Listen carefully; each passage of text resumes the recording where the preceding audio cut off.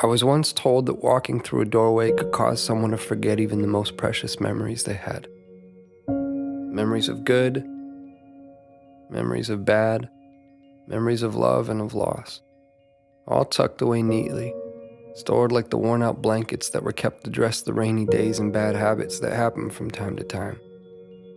Or what it felt like to rest your head on a friend's shoulder that still carries with it the creases from where you last placed your heart. Just like that. Gone within a single step.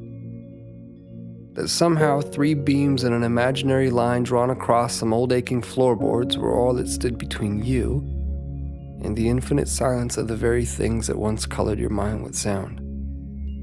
It's funny. You can make yourself believe almost anything if you think about it for long enough. Was that you? Was that you? I was once told that the love I felt beating inside my chest was nothing more than my mind playing an unfair trick on my heart. And like a pair of dice dancing along the uneven pavement, their fate, much like yours or mine, had already been decided. That even the cracks that drew their faults between 2 opposing sides could not escape a fate that was always destined to be sealed.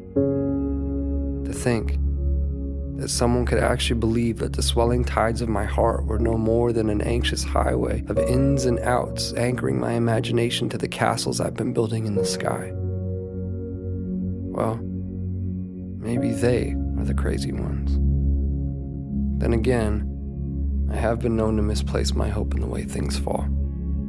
And if I had to confess, there stands a greater chance that I've all but lost my mind in here. So I suppose it's better off this way.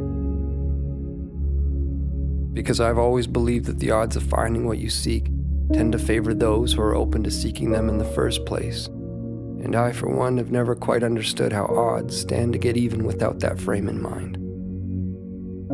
To be clear, I've seen a million faces. I've seen a million different faces, each one mirroring that of your own. And still, none of them have felt like home to me. None of them have felt like you. So here we are. And I can vaguely and strangely trace your outline. I can remember what it felt like to hold you. I can remember what it was like to stare blindly into your eyes for what felt like an eternity. How could I forget that? I could never forget that. I could never forget you. No matter how long it takes for my words to make their way through the vastness of this place we've called home, I unto you and you unto me, I say them and will continue to do so. Day after day, night after night, never knowing if you'll actually hear them. There's no place for time here. Just overlapping moments where I thought I'd found you, where I thought I heard the sound of your breath, where I felt your heart as it waited patiently for mine, retracing the steps that we left in the life before last, before our eyes closed, before the great divide, before a doorway stood between you and me. As it stands, I found myself in that doorway again, with both feet in and your heart on my sleeve. But I can't bring myself to walk through this time. Not yet, at least. Not until I take one last look and see that it was you. That it was always you.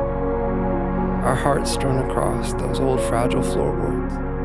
The silhouettes of each and every one of our memories playing out like a story that we both know we've seen before. I remember now. This was where I first found you. Beyond those closed doors, I will find you again. My love,